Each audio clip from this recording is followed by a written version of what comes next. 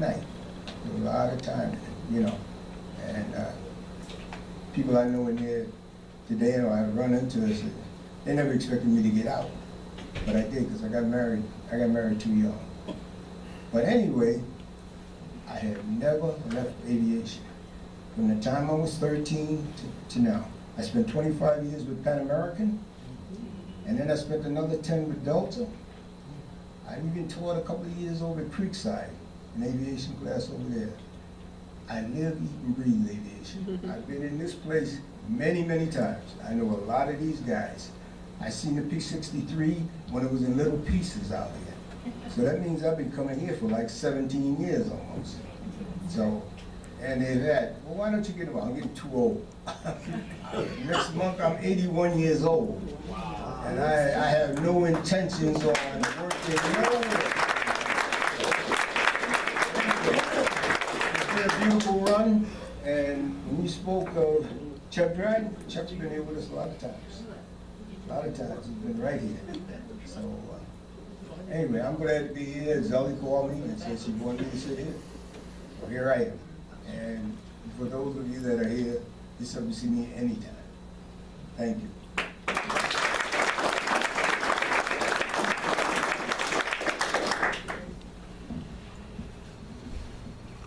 I always have a difficult time trying to determine what do people want to know and what should I attempt to say. I'm not like most people who talk about aviation. I went into the Air Force in 1949. And at that time they said that the Air Force was ineffective. But most of my career all the way through, I was either the only one or one of two. I can only think of one of the flying outfits that I flew with that had more than 2 African-American pilots in it. But let me go back a little bit. When I went into the military in 1949, I had never seen an airplane. Most of the talk I was there, I didn't even know what an airplane. My first airplane that I saw was a Lackland Air Force plane in 1949. That's the first time I ever seen it. When I went to basic training, they ended up asking me, well, what do you want to do? I told them I wanted to go into electronics. And they said, well, boys like you don't go in there. Here they are. You make a good drill, son. No, I want him to go into avionics. So they told me, and I'm sure they thought I couldn't pass the exam. So they said, well, we'll let him go past it, take the exam, see what he does. Well, I started my deal with aviation. I went into avionics, worked on the APQ-13. Then they came out with the B-47, which was, if my memory is correct, the first SAC jet bomber aircraft. And they had a K system, a new bombing system set up for that particular airplane. So they sent me to Long Island, New York to get rid of me. And in that, I'm the only African American and boy, civilian room, so went through that. I'm not sure what they wanted to do, but they ended up sending me back after going through electronics school, sending me to a base that did not have any B-47, so I had nothing to work on. That's a good one. So I had nothing to work on. So basically, they're trying to determine which McCall base in Wichita, Kansas ended up in B-47. So then they ended up sending me up there. And I'm new with all this equipment, young buck. The only avionics that I knew known about prior to that was in high school, I can remember making a radio. But they wouldn't even send anyone out with me, but they sent me out to work on it. So, but anyway, I spent 23 years in the military. I've flown at least 16 different types of airplanes. I've flown over 200 combat missions in Vietnam. I could go on and tell you. I had a great career with 23 years in the military, 21 years with FAA, and I think most of the people at Delta know who I am. And that's really just about it, rather than me continue. As I said, I was doing the 200 some missions. I flew in Vietnam. I spent 2 other times in Vietnam as a launch officer. And I guess I launched probably a couple thousand airplanes during my tours there. So I've been in aviation a little over 48 years as of right now. The young lady asked about some of the things we do outside. Right now, as part of the Tuskegee Airmen program, is that we set up a golf program for youth. And this program is set up where we take a minimum of 35 youth every year and give them a week's introduction program into golf. And then we have a program with the first tee program in Atlanta, whereby we put the kids who want to continue in golf in the program. So that's just a couple of things that we do. I'd rather be ramble. If you have any questions, I'll do my best to try to answer.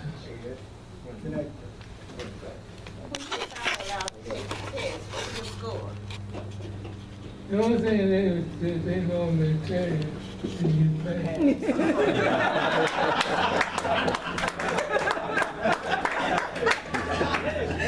But I'll be honest with you, other than that, I do have, and I have it in my book, where it's that the times that I made 100. And I have a few papers in my book documenting the fact that I did make a perfect score of more than one of the various types of airplanes that I flew. I've got a question. It's not exactly a question, but Ed didn't mention he was an FAA inspector, check airman for airline crews. And I've checked out several different captain positions at Delta. From the time I checked out as a 727 captain, I walked into the airplane with my crew and looked around, and there was Ed. He was the FAA check airman. He was trying to give me my check right. And I didn't want to scare Ed, so I think I did a pretty good job. I forgot which city we flew to, but he was a very competent, very well-known FAA inspector at the time I was flying. Yeah, make a comment. A few minutes ago, I got up and started talking about me. I got a big ego. But I got a little box. This is a gold medal replica. The thing that the Tuskegee Airmen did, our nation was very proud of it. To prove it, Congress gave the Tuskegee Airmen a gold medal, and this is a replica. Every Tuskegee Airman is entitled to one. You can have one too, for $75. I want you to know that. Now, there's one last thing I want to say. I just got to say this. No, that let them see it. That's the picture of a general. That's the picture of a lady general. That's the picture of a lady general about that tall. Her name is, Harris. what's the first name? General Stacey Harris. Stacey Harris. And I had the great pleasure of pinning her second star on her. Someone told me she has 3 stars now. Wow. But what I'm trying to say is that you and me live in the greatest country in the whole world. Amen.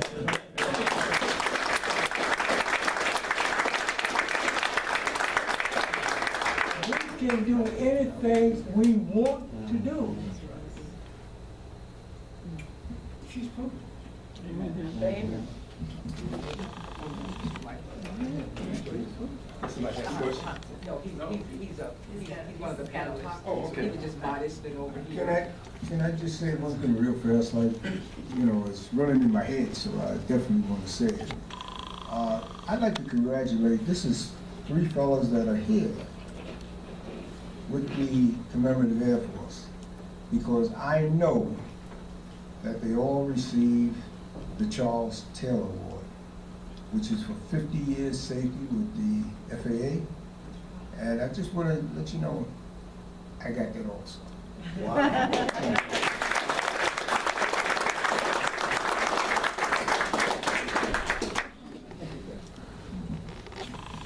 I'm just going to try to sit down somewhere. Let me grab a chair.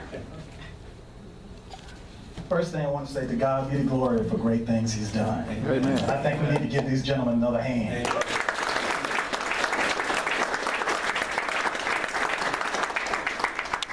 I am just one of the successors for all the great works for everybody in this room had their hand in it, because God has been so gracious to each and every one of us, took us through the thick and the thin and helped us to make it to where we are today. So, as I think I might be the youngest one up here right now. But I fly helicopters mostly. I'm a Navy Marine Corps veteran. I'm from Macon, Georgia, and just like the first panelist, Doctor, he talked about a plane flying over and looking up to stop everything and said, wow, that's pretty cool. So what happened to me, they had an aviation indoctrination course in high school. I was 16 years old. I took the course and never knew I'd be able to capitalize on it. So lo and behold, my dad, he was an Air Force electrician out of Robins Air Force Base. He used to take me to work with him.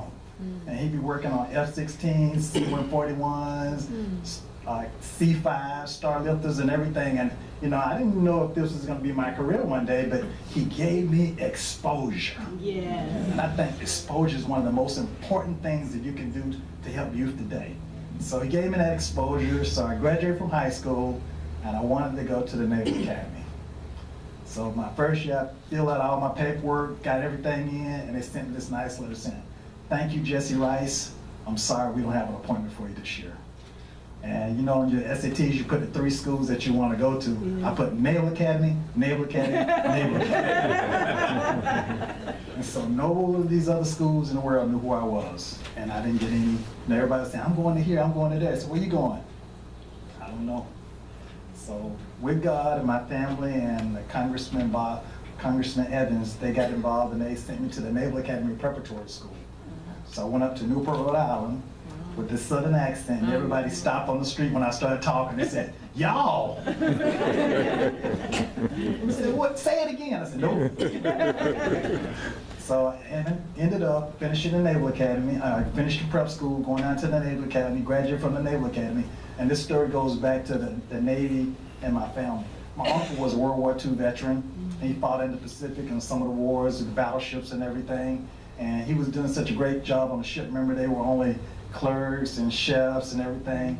And the captain came to him one day and said, hey, you know what?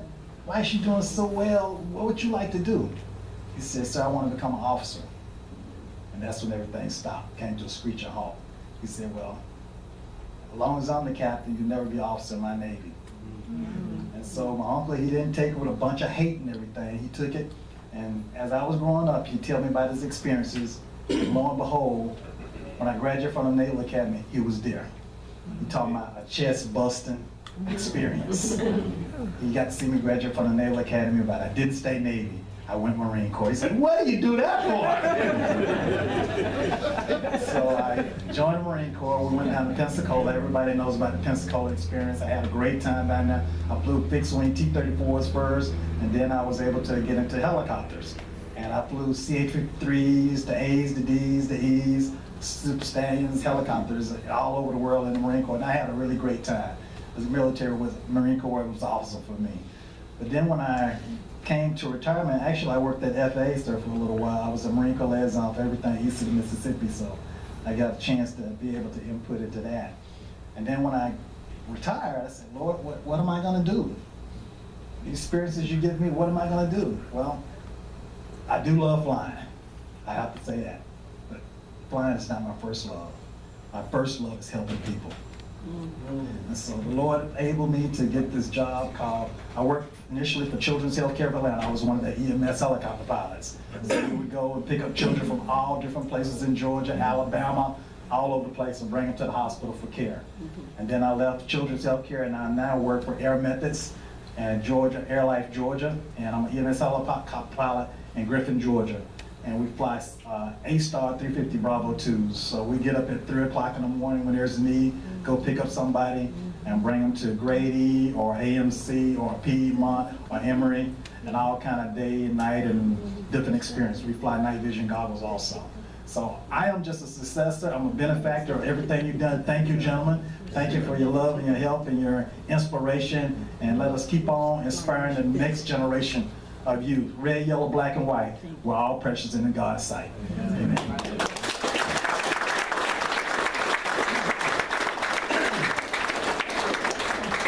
Well, a very special thank you to all of you, to Zellie, to all of you who have come to hear this. I think you would all agree that it's been a great experience. Great to hear these stories. And these gentlemen will be around longer, I'm sure, if you want to come up and talk to them. I certainly want to talk to a number of them, but do we have any other questions before we close? Would you mention, please, the October 7th and 8th event? Oh, yes, yeah, Jay has already mentioned that earlier, but the October 7th, 8th, PDJ Airport, our memorial to the Tuskegee Airmen.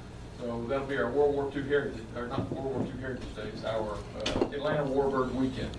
Can we just ask all veterans first that are successors of the Tuskegee Airmen, like I know the gentleman here, can they stand or raise their hands, all the successors, and then we want to thank all the veterans. All of them. Sure. Please stand.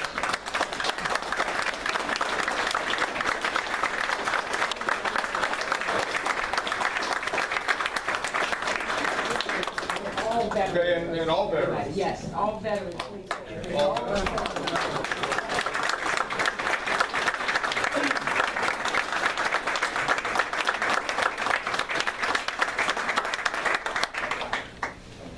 Okay, thank you very much. We appreciate your coming and hope you will attend our other Living History Day series when we start up again in the fall. We'll put out lots of advertising about it.